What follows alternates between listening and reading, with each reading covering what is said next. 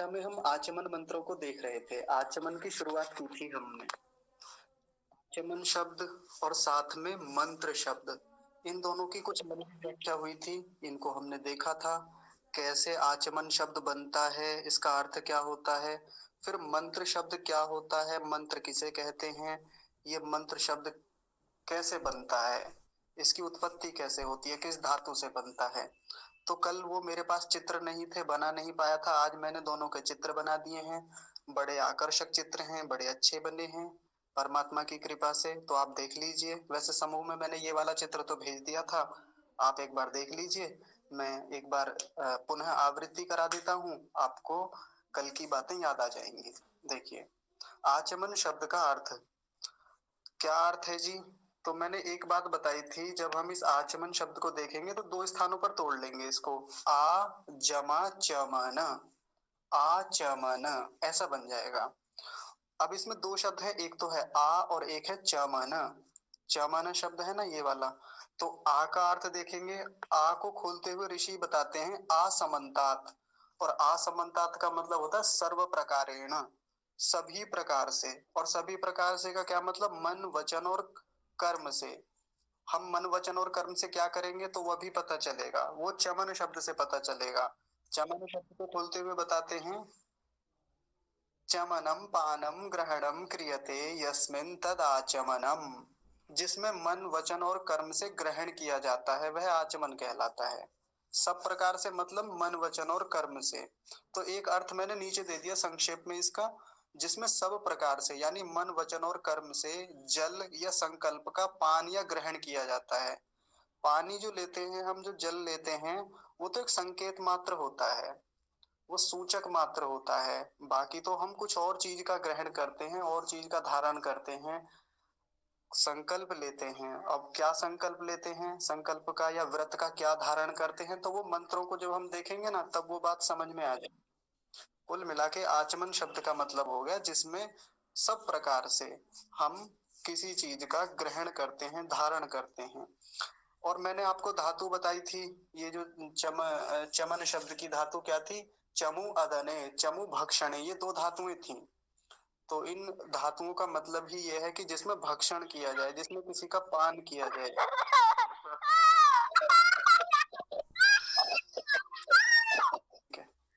तो दो दो धातुएं जो बताई थी चमन शब्द के लिए, चमु अदने और चमु भक्षणे, इनका मतलब क्या हुआ, भक्षण करने के अर्थ में, खाने के, पीने के, धारण करने, ग्रहण करने के अर्थ में, है ना। ये इसका मतलब हुआ, इससे आचमन शब्द बनता है। तो ये आचमन शब्द की व्याख्या कल हो गई थी अच्छे से। अब देखिए, फिर हमने दूसरा शब्द क्या देखा था, मंत्राह। और मंत्राह को हम हिंदी में कहेंगे मंत्र। तो मंत्र का मतलब क्या होता है, तो मैंने मंत्र के बारे में बताया था कि मंत्र शब्द भी दो धातुओं से बनता है। देखिए, इस धातु से भी बनता है और इस धातु से भी बनता है मंत्र शब्द। तो पहली धातु कौन सी है, मत्री गुप्त परिभाषणे, मत्री गुप्त परिभाषणे।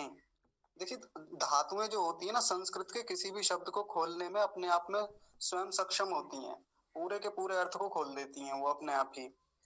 बाकी रही सही कसर, फिर ये निरुक्तियां खोल देती हैं। ये जो निरुक्तियां आप देख रहे होंगे ये वाली, ये निरुक्तियां होती हैं।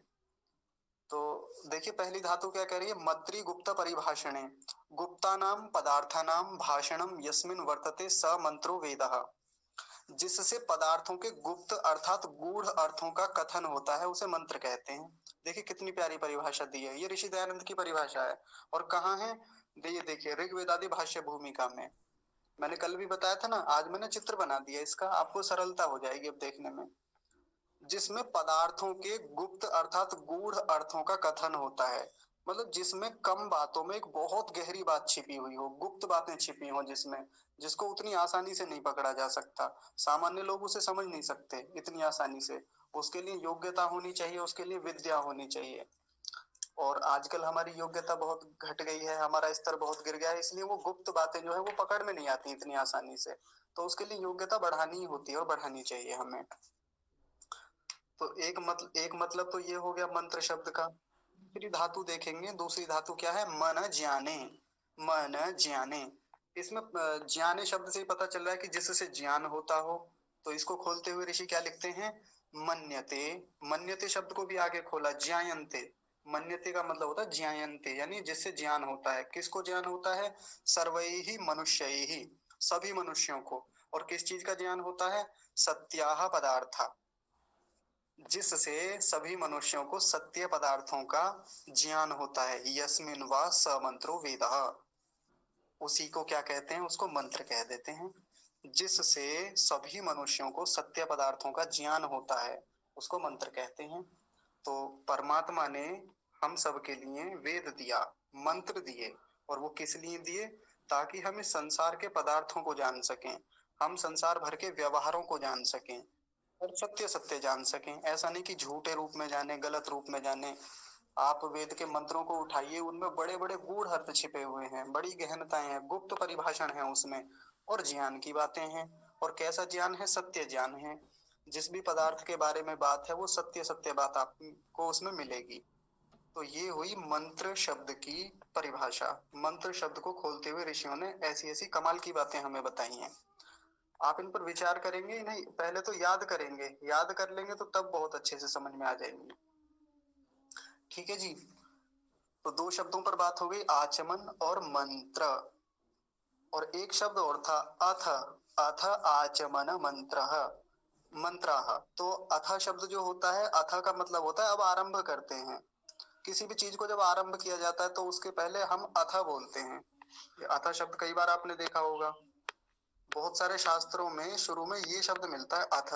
जैसे योग दर्शन है, उसकी शुरुआत किस शब्द से होती है? इसी शब्द से होती है, अथ योगानुशासनम। व्याकरण का जो शास्त्र है उसका उसकी भी किससे शुरुआत होती है? इसी से होती है, अथ शब्दानुशासनम, ऐसे करके। सांख्य दर्शन है, उसकी भी शुरुआत अथ शब्द से होती है। कैसे? अथ त्रिविध दुखात्यंत निवृत्ति अत्यंत पुरुषार्थ, अथ शब्द से होती है। इस अथ का मतलब ये होता है कि अब आरंभ किया जाता है, किसी भी चीज के आरंभ की बात की जा रही है। और ये इस बात का भी सूचक होता है कि जब हम आरंभ करेंगे तो आरंभ से लेकर अंत तक अब पूरा का पूरा विषय उसमें लेंगे। अधिकार क्षेत्र की बात है, न इससे उधर जाएंगे न इससे इधर जाएंगे, इसी अधिकार क्षेत्र में रह के हमारी सारी बातें होंगी। तो संक्षेप में तो अथ शब्द का इतना ही मतलब है, नहीं तो व्याख्या करने के लिए तो कई घंटे लग जाएंगे अथ शब्द को समझाने में और समझने में, लेकिन इतना ही पर्याप्त है आपके लिए।